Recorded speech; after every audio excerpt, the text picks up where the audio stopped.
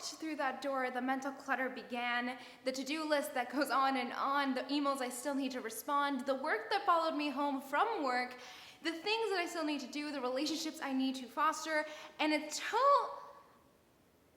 I ask myself, is this essential? What a simple yet complex question to begin with. Is it essential? What a word that we just can't seem to wrap our head around, that we have the capability of saying no. Is this essential? A few months ago, I read a book called Essentialism, and it talked about just that. It told the story of a corporate executive that missed the birth of his own son for a pretty pointless meeting. And how many of you have done maybe not that drastic, but similar things? We give up our certain values because we feel obligated to do other things. So ask yourself, is this essential?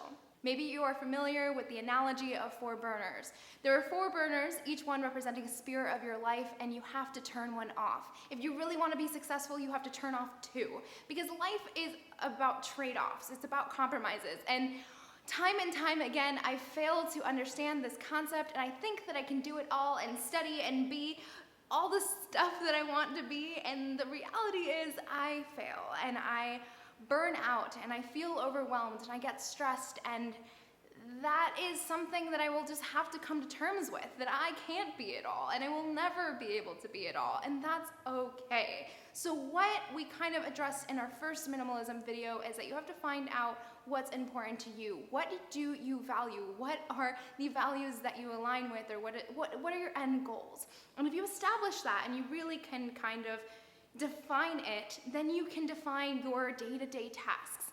Is what you're doing today, is your obligation that you have at 7 p.m. and that you're really stressing about, does that align with your values? Will it get you to your end goal or wherever you're trying to go to and move towards? If not, is it truly essential? So while we're moving into minimalism, I wanted to make this video because it's currently how I feel, and I want to keep this as real and relatable as possible, and I know that I'm not the only one out there that feels like she has way too much on her plate. You probably do too, and I'm not alone. And the big thing that I have learned through minimalism is also trying to live a simple life and not overwhelm myself. Even though I fail to remind myself in the moment, it's keeping that calm and intentional life and focusing on the things that are essential. So that's where I'll leave this video today.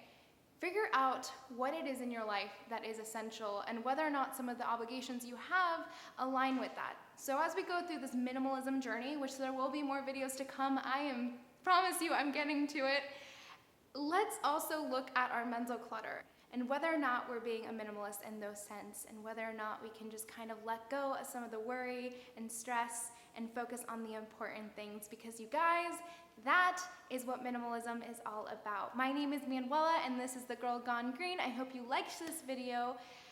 I look forward to more videos to come, and for now, don't forget to live sustainably and consciously, and I will see you in my next video.